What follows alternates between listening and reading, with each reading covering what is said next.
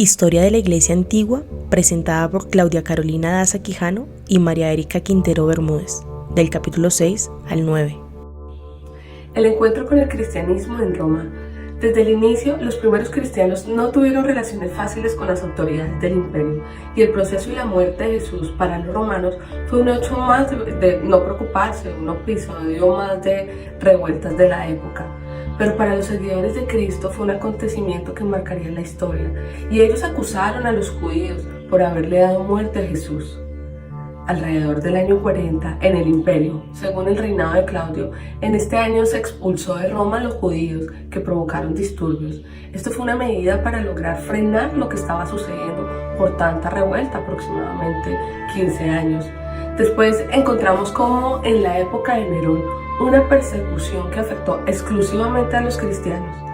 El texto no nos describe detalladamente a lo que ellos fueron sometidos, pero sí fueron víctimas de la misma impopularidad y odio que sufrían los judíos. En la época más o menos entre el 81 y 96 encontramos múltiples víctimas de Domiciano.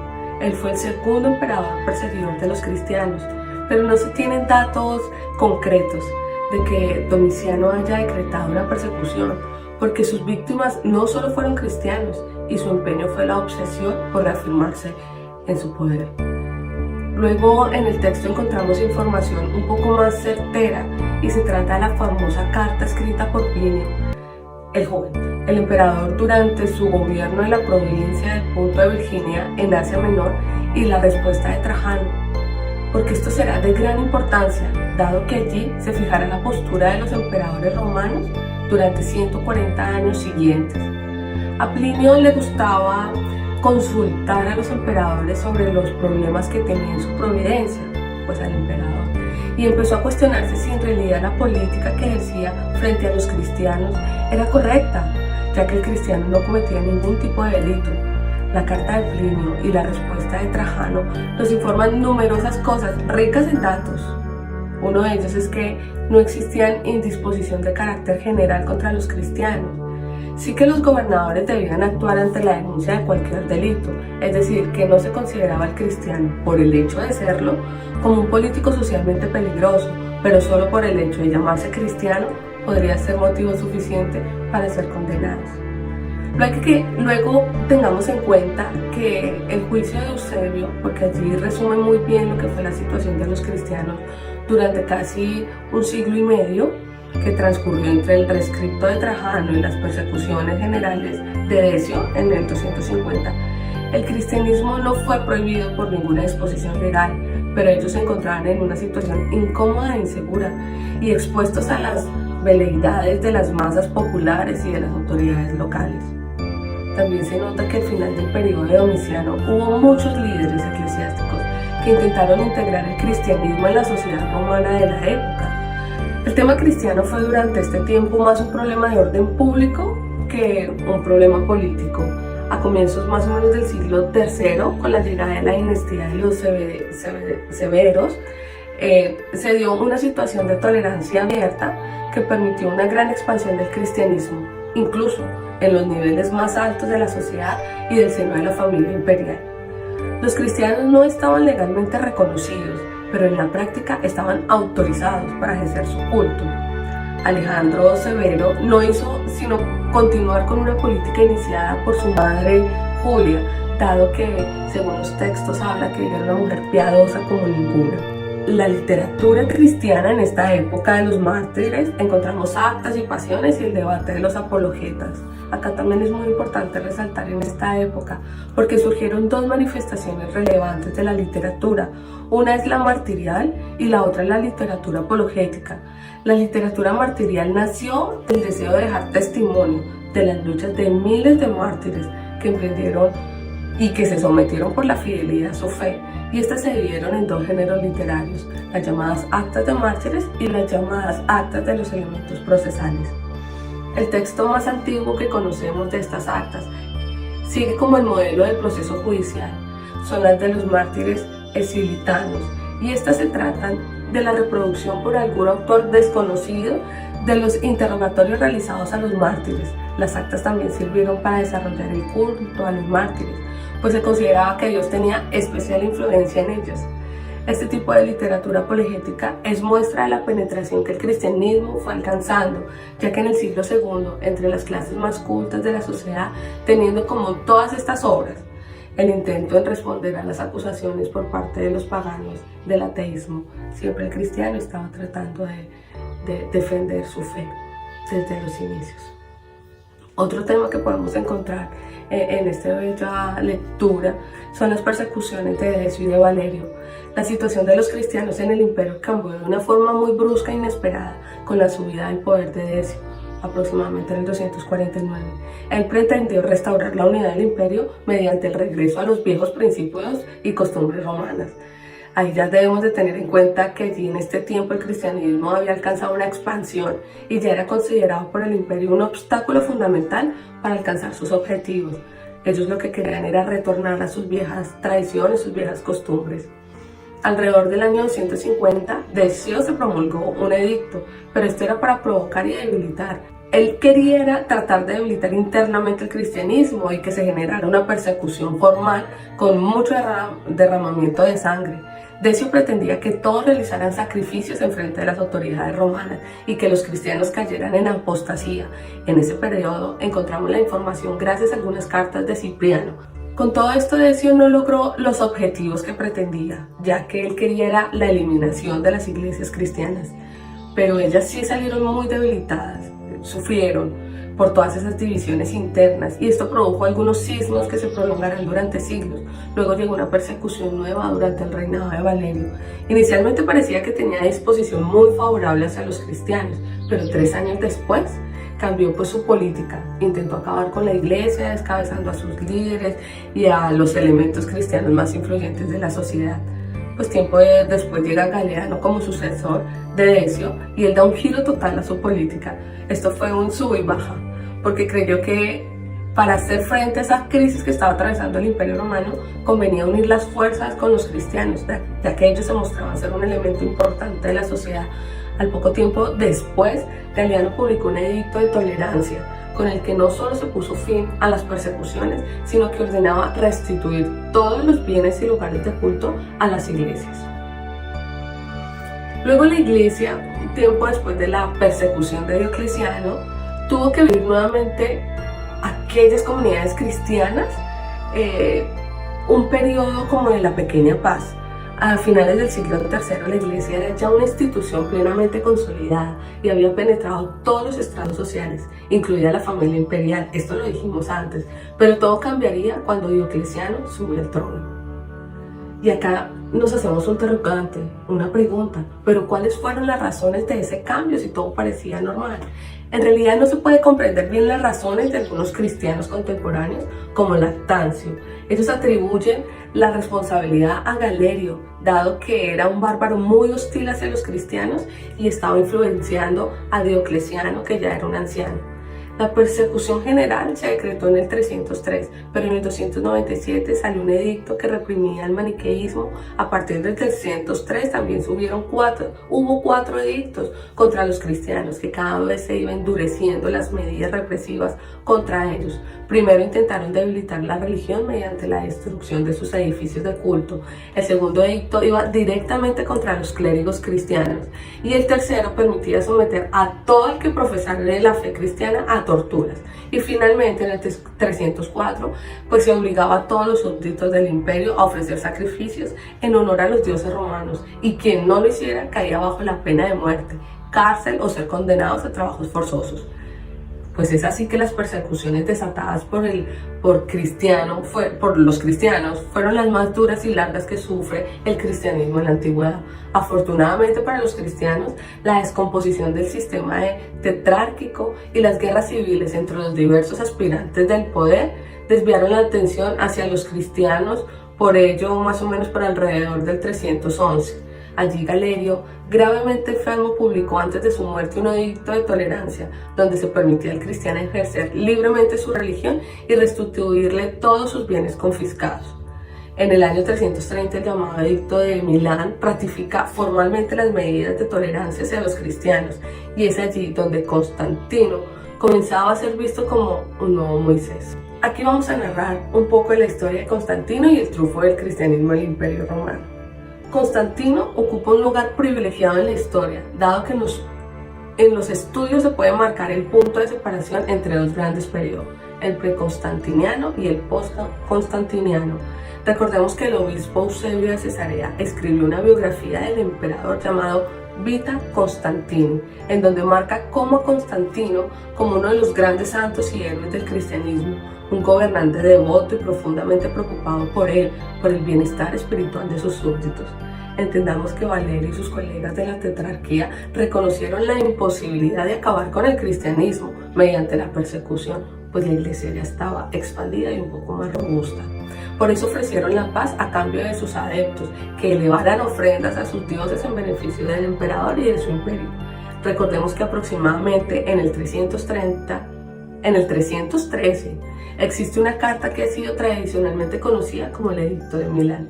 Allí se precisa que fue en Milán donde ambos emperadores concertaron su política religiosa y tenían como el principio básico de conceder a los cristianos y a todas las demás religiones la facultad de practicar libre la religión que cada uno deseara, exaltando que cualquier ciudadano podía seguir una religión diferente a la oficial del imperio y que ello no los condenaría por falsa lealtad al imperio o al emperador. Por tanto, el protocolo de Milán constituye un hilo extraordinario en la historia de la libertad de la iglesia, dado que fue beneficiada porque pudo recuperar todos los bienes confiscados y se le reconocía la legitimidad religiosa, aunque aclaremos que esto no suponía ningún privilegio para los cristianos, simplemente se les otorgaba su libertad religiosa. En el 313 escribió Constantino la primera carta, por cierto, de un emperador que va dirigida a un obispo, y en ella hace saber su deseo de ayudar económicamente a los clérigos de las iglesias católicas africanas, de Numidia y de Mauritania. Estos documentos que se encontraron muestran en resumen cómo es que el protocolo de Milán fue en el ámbito religioso un acuerdo de mínimos entre ambos emperadores. Constantino fue un poco más allá, pues se sintió protegido por el Dios de los cristianos y por tanto les atribuyó fortuna y acierto militar del imperio a las iglesias y se compró y se desvió comprometido con los sacerdotes, otorgándoles privilegios excepcionales y considerándoles los pilares básicos en su proyecto de paz y bienestar social. El protocolo de Milán y el matrimonio de Licinio con Constancia llevó a cabo una política de favor hacia el cristianismo, cuyos adeptos numerosos en Oriente no dudaron en apoyarlo en su guerra contra Maximino. Los cristianos apreciaron las medidas tanto de Constancio como de Eusebio y los equipararon a Constantino en su defensa de la fe. De hecho, la victoria sobre Maximino fue idealizada de modo similar a la del puente Milvio, considerándola un triunfo propiciado por Cristo.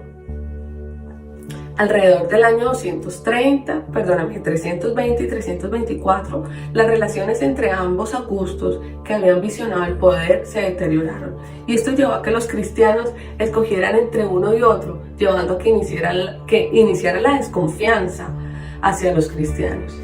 Licinio, al ver que más cristianos apoyaron a Constantino, empezó a prohibir las reuniones conciliares, los expulsó de su corte y del ejército, prohibió las reuniones de culto. Al parecer inició como una persecución y esto generó una sensación desconcertante porque el emperador consiguió la idea como de resucitar esas persecuciones. Por otro lado, en el campo hagiográfico, la figura es Atanasio de Alejandría, donde se mantuvo siendo un defensor, hacer siempre todo en contra del arrianismo, de sus obras, de su vida, de San Antonio, ya que fue su inspiración y se encarnó pues esto fue como muy motivador por varios monjes, lo encarnaron, los ermitarios, y allí encontraron el modelo cristiano de la santidad, reemplazando un poco la filosofía como el camino a seguir hacia la santidad y colocándola a él como modelo de cristiano. Aquí hablaré de la herencia de Constantino. Aproximadamente en septiembre del 337, los 3 hijos de Constantino se repartieron el imperio. Constancio quedó al frente de Oriente y Constantino de Occidente. Pero poco tiempo después, Constantino murió. El imperio entró en guerra.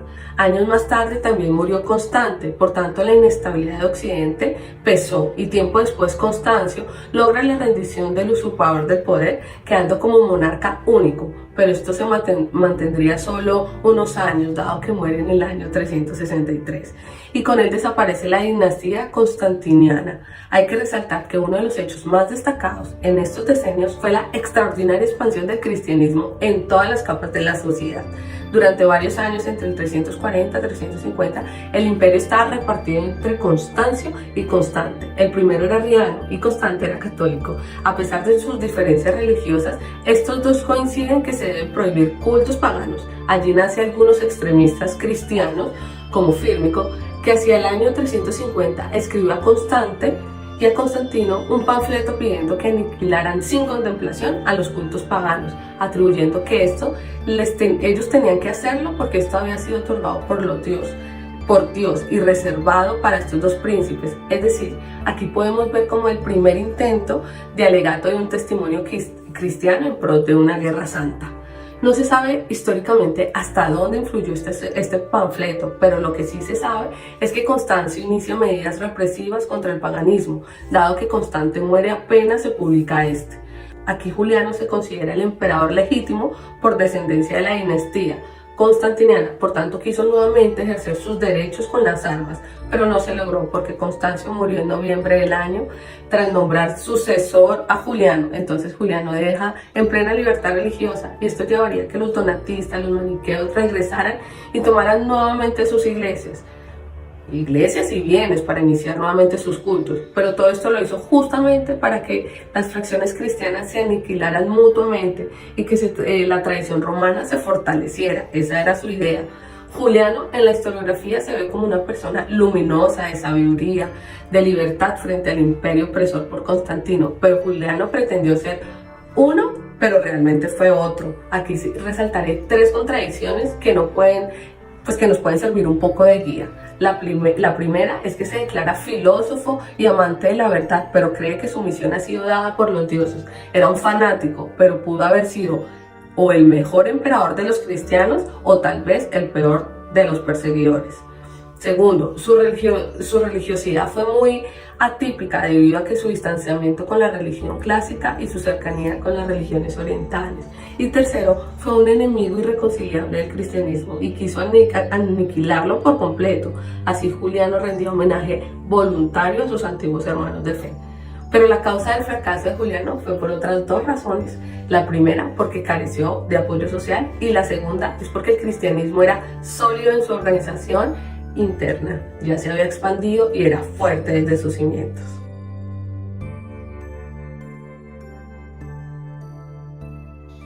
Capítulo 8. El cristianismo marginado. Heterodoxos, cismáticos y herejes del siglo IV. Abordaremos en este capítulo 4 de las herejías surgidas en el siglo IV. La primera de ellas, donatismo. La segunda, arrianismo. La tercera, pelagianismo. Y la cuarta, priscilanismo. Tenemos que entender en un principio que el donatismo ha surgido de primera forma en África. El donatismo ha tenido su base en Alejandría, pero luego se ha extendido en Oriente. Pelagianismo es una de la primera controversia de Occidente. Entonces comenzaremos diciendo que todo esto tiene un inicio con la victoria de Constantino sobre Magencio en Puente Milvio en el 312. La legislación constantiniana en materia eclesiástica marca el inicio de la colaboración entre el Estado y la Iglesia y el triunfo dentro de la comunidad cristiana. Justo en estos años se dio una división y disidencia doctrinal en cuestiones de disciplina y teología. Se utilizaban antes 3 armas que eran la persuasión, el consenso y la retórica para combatir las herejías que se propiciaran en estos tiempos. Pero después, en el 312, los métodos de debate cambiaron a consecuencia de la intromisión del emperador en asuntos eclesiásticos. Todo esto lleva en el 313 que se proclame el Edicto de Milán, que es la tolerancia del cristianismo, dando fin a las persecuciones. Ya vemos en el 314 que se da un sínodo para resolver el cisma donatista, que tiene comienzo ya en el 311. La respuesta al conflicto consistió en la utilización de la ley como método para reforzar la autoridad del obispo frente a la comunidad. Podemos decir que el donatismo fue un movimiento rigorista y cismático surgido en el norte de África, como reacción a la postura indulgente y reconciliadora mantenida por buena parte del episcopado cristiano en relación con los que habían apostatado en el transcurso de la persecución de Diocleciano, años 303 al 305. El cisma donatista se prolongó su existencia como iglesia segregada en el África hasta los años 429. El cisma se hizo manifiesto por primera vez en el 311. Podemos decir que todo esto tiene un origen, primero, por los traditores y también por la poderosa dama local Lucila, por los excesos en el culto de los mártires. Esta mujer se sirvió de su posición y también formó un grupo de oposición al clérigo, y entre ellos se encontraba Donato. En el año 312, 70 obispos africanos se congregaron en Cartago y declararon nula una de las consagraciones, que fue la de Ceciliano, al que acusaban de traditor al ceder las escrituras en la persecución de Diocleciano. Constantino intervino y consideró a Ceciliano obispo de Cartago, y para demostrarlo confió la distribución de subsidios a los clérigos de Numidia y la proconsular Mauritania. Justamente en este concilio, los obispos, estimulados por los donativos de Lucila, eligieron a un familiar suyo, a Mayorino. Ceciliano, que no aceptó los acuerdos, hizo que Cartago pasara a tener ahora 2 obispos. Vemos como en el 314 fue el concilio de Arles, con el cual se llegó a varias conclusiones, entre ellas la expulsión del clero de aquellos traditores que hubiesen entregado las escrituras y vasos sagrados siempre que éstas constataran en actas públicas. Se obliga también a ministros, presbíteros y diáconos a permanecer en el lugar para el que habían sido ordenados. Se imponían también largas penitencias a los apóstatas que pretendieran ser recibidos en comunión, y se prohibía, aludiéndose directamente a los africanos, el rebautismo de los heréticos. Se castigaba con la excomunión perpetua a aquellos que lanzasen falsas acusaciones en contra de sus hermanos. Y por último, se declara la supremacía episcopal con la orden de retirar la circulación de las cartas de los confesores y la prohibición de recibir en comunión al excomulgado por otro obispo. En el año 316 se da una sentencia en Milán declarando la inocencia de Ceciliano. Pero en el 317, a pesar del doble respaldo, el imperial y el papal, las sentencias de Arles fueron desatendidas por los donatistas. En esto se da una condena imperial, dando persecución a los donatistas. En los años 319-320, Constantino publicó 2 edictos consecutivos por los cuales se prohibían los libelos de delación y se ordenaba a las autoridades civiles no tenerlos en cuenta. Estos eran de los donatistas. En el 321 tenemos el edicto de tolerancia, la hegemonía donatista, que se daba el derecho de conservar sus iglesias y se declaraba la libertad de culto en el imperio, y se autorizaba la vuelta a los exiliados. En el 343 comienzan 2 persecuciones Constante anula con un edicto de unidad la ley constantiniana del 321 y ponía fin a la división de las iglesias. Más tarde, en el 349, Grato de Cartago convocó un concilio con los cánones aprobados y esto procuraban la extinción de los donatistas. Ya en el año 390 hay un único concilio general y este se conformó con proclamar la adhesión al credo niceno, eludiendo el combate con los donatistas.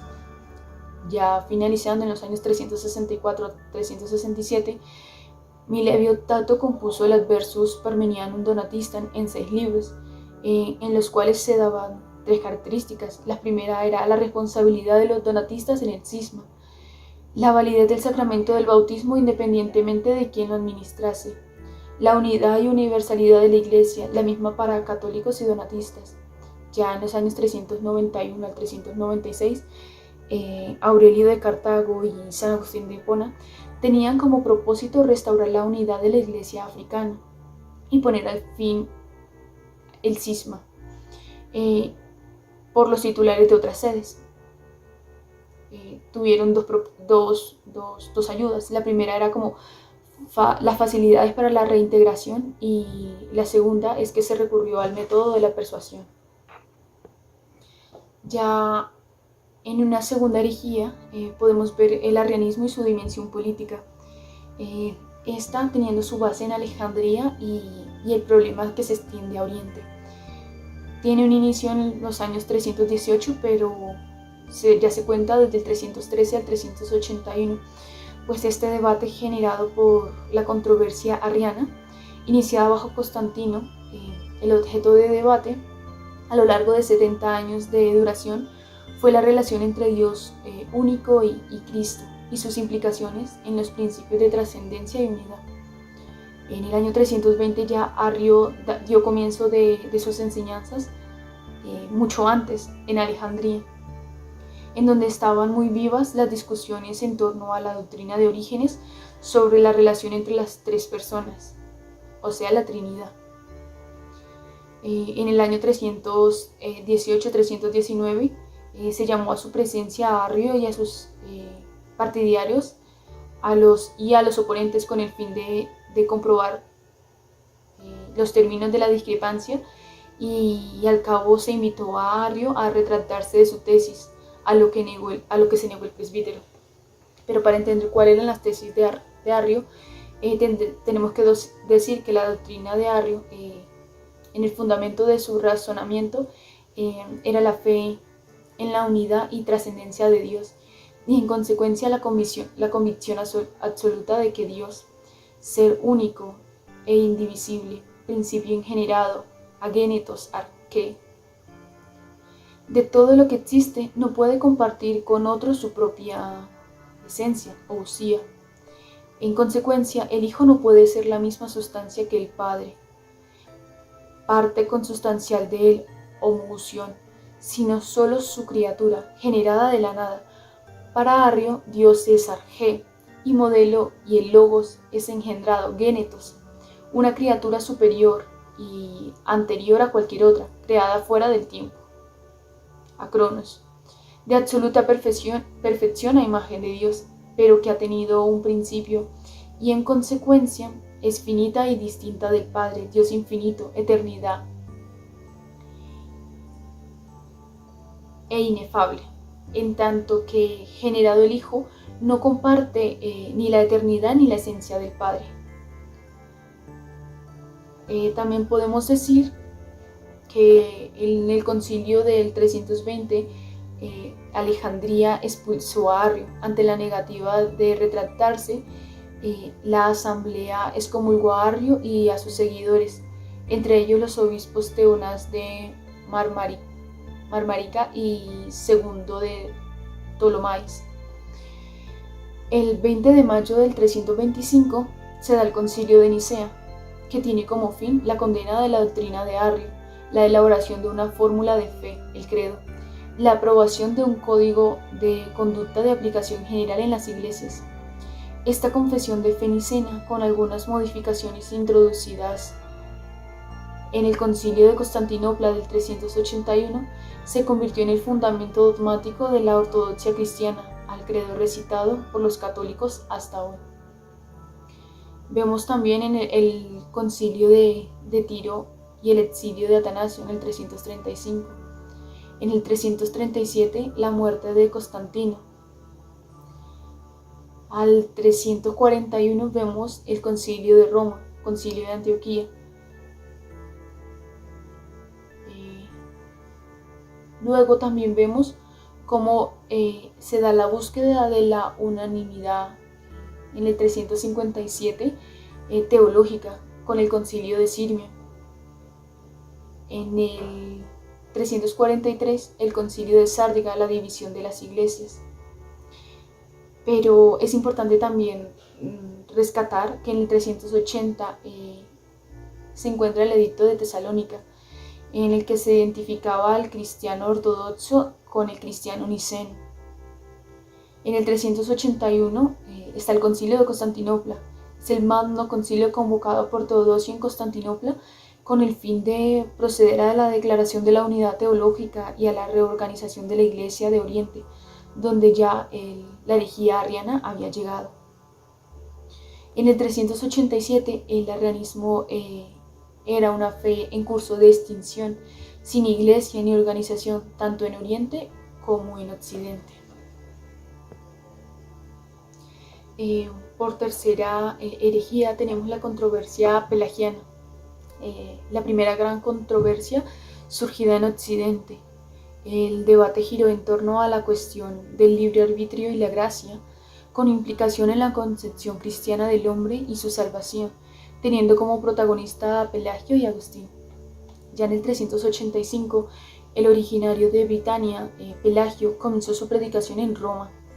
Pelagio buscó en los textos paulinos el fundamento para esbozar por primera vez su doctrina moral, según la cual el hombre puede por sí solo alcanzar la santidad. Quienes contribuyeron a la conformación de la ciudad de Pelagio fueron Celestio y Rufino de Siria, llegado a Roma a finales del siglo IV. Compartían la convicción de que Adán, como hombre que era, no había podido transmitir a todo el género humano el pecado original, y en consecuencia los recién nacidos eran inocentes. El núcleo del pensamiento de Pelagio es la relación entre el hombre y Dios, en torno a la cual construye su doctrina teológica, antropológica y moral, sobre cuestiones tales como el pecado original, la función redentora del bautismo, el libre arbitrio y la gracia divina y la salvación. También podemos ver cómo del 411 al 418 se dio el desarrollo de estos supuestos en una serie de obras como exposiciones, tales como De Vita Cristiana, Epístolas a Demetriaden, de Natura, que son conocidas por las refutaciones de sus adversarios Jerónimo, Agustín, Orosio, Paulino de Milán y Mario Mercator. En el 418 tenemos la triple condena, y ya en el 439 con Juliano puede darse por desaparecido el pelagianismo en Italia. Por último, tenemos la herejía o disputa priscilianista, que es la reprensión de la herejía mediante la aplicación de la ley, y este era deber y competencia del Estado. Pero discernir entre las tesis ortodoxas y heterodoxas en las querellas religiosas eran tarea de los obispos de los concilios. En el año 367 se le acusa de reuniones privadas con lecturas de libros apócrifos dirigidas por los laicos, y en el 379 el concilio de César Augusta, encargado de determinar los delitos que se le acusaban a Prisciliano y a sus seguidores. Estos delitos son como maniqueísmo, magias y lectura de los apócrifos. Capítulo 9. El Imperio Cristiano. Para entender un poco más del Imperio Cristiano es necesario comprender el poder civil y el poder eclesiástico en los días de Teodosio I. De 363 al 364 vemos manifiesto el reinado de Joviniano. Con él se irá gestando la profunda implicación imperial en los asuntos eclesiásticos y el manifiesto compromiso político de la Iglesia a través sobre todo de las enseñanzas de las figuras de Damaso de Roma y Ambrosio de Milán. En los años 364 al 375 vemos en Valentiniano I un niceno que proseguirá en Occidente con la misma política de tolerancia y de moderación que Joviniano ya venía haciendo. Pero también es cierto que Valentiniano I y Valente manifestaron dar hostilidades a las actividades mágicas y que prohibieron la adivinización con las penas más severas, pero también permitieron la expresión pública de piedad a los dioses de cualquier forma reconocida.